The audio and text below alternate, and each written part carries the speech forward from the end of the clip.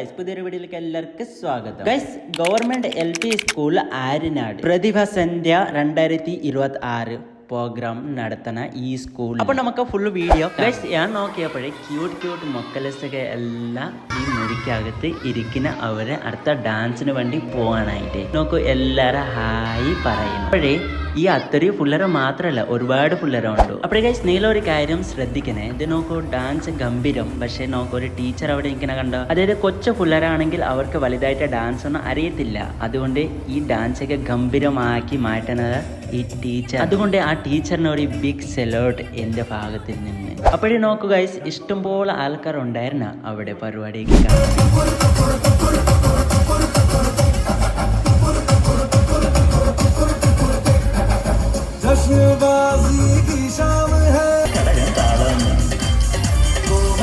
പൊടിയുണ്ടേ.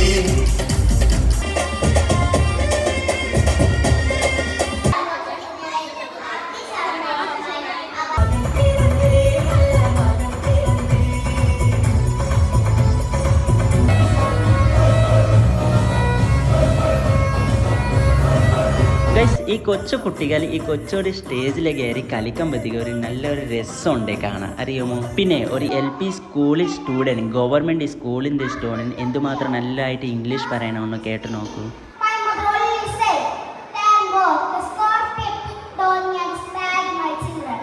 വേണ്ടി അഭിമാനപൂർവം ഈ നാടിനെ, എൻ്റെ സ്കൂളിനെ ലോകത്തിന് അറിയിപ്പിച്ച വെട്ടുവിനെ അഭിമാനപൂർവം ആര്യനാട് ഗവൺമെൻറ് LP വേണ്ടി സ്വാഗതം ചെയ്യുന്നു. പ്രിയപ്പെട്ട ആ സുഹൃത്ത് 2 വാക്ക് ഈ സ്കൂളിന് വേണ്ടി സംസാരിക്കണമെന്ന് ഞാൻ അഭ്യർത്ഥിക്കുകയാണ്.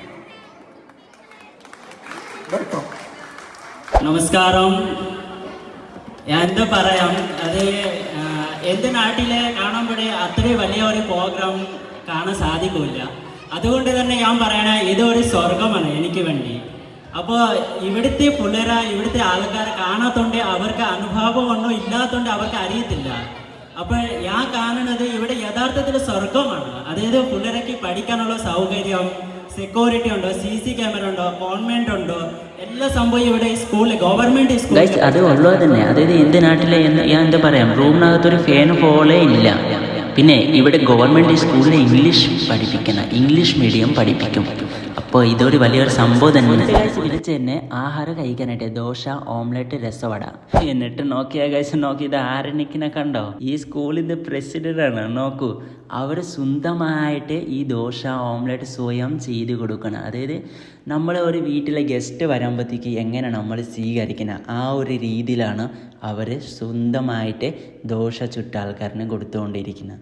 അപ്പോൾ ഗൈസ്, ഇതൊരു ആത്മാർത്ഥത. അതായത് സ്വന്തം നാടിന് വേണ്ടി, സ്വന്തം സ്കൂളിന് വേണ്ടി അത്രയും കഷ്ടപ്പെടുന്ന അവരെ കണ്ടല്ലോ.